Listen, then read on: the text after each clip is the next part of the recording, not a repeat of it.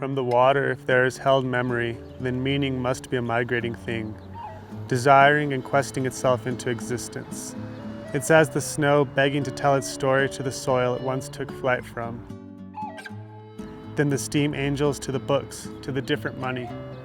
It's your frankincense tears crying to find myrrh, crying like a baby.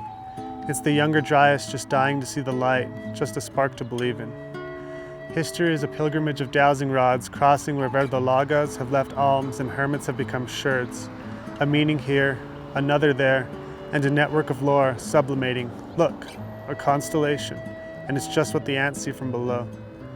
We followed God into this world, like astrologers looking for water in heaven, then became potters with heaven harbored on our head, washing instinctually in the river, instinctually becoming itself, and only perceivably beginning.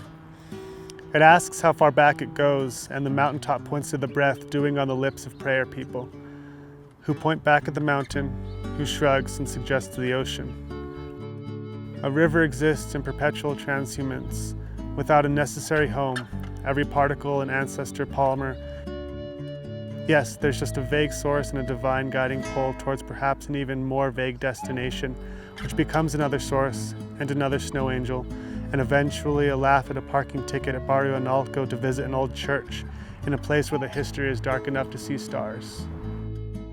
Movement is the quench for which extrication is the thirst, and the future begs itself to be unshackled from history and bound towards the sunrise like a dog who still remembers its way home, but not its name, dragging its leash in the direction of Bethlehem to make a new one in the desert. It sounds just like the river and may very well become one, the manner of which is understood by the salt mission feet who taste salvation before the tongue, another old route to rename, then reclaim. The historical body is the orno, the heart is the fire, baking mush mushkala in the place where etymologies and ancestors feast from the same grist. The meaning of the past, the river, the parking meter, the future, the canyon and the geological strata, Comanche and Matachin, all transfiguring and eroding as the thing which will become the memoir, using Etz Chaim for paper.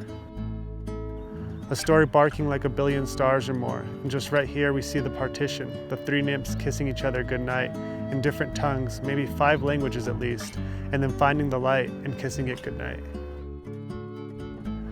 And the other side they say the Indians can have until I suppose they aren't Indians anymore, until the river isn't a river, just a nameless channel which moves water, but different water than the first water it moved. There's the other side of the river where the sound can travel across, but we presume the meaning cannot, where the anthills are stashing historical archives, and there's hundreds of them, and when it rains, they still know, just as any animal smells new water on the wind, and when everyone still believes in angels, wet-bodied and strange, an air like happy sagebrush, they will grow the world and leave no footprints, and they will again learn by watching how the ants do it from the scraps.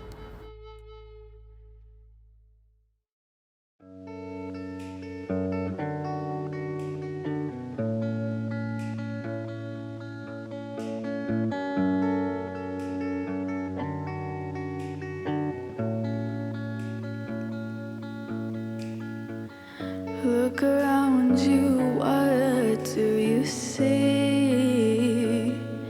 You see the trees burning,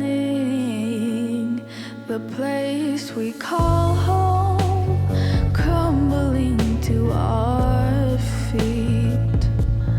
All for money, 'cause money don't grow on trees. We gotta listen to what the earth needs, 'cause money don't grow on trees. We gotta listen to what the earth needs.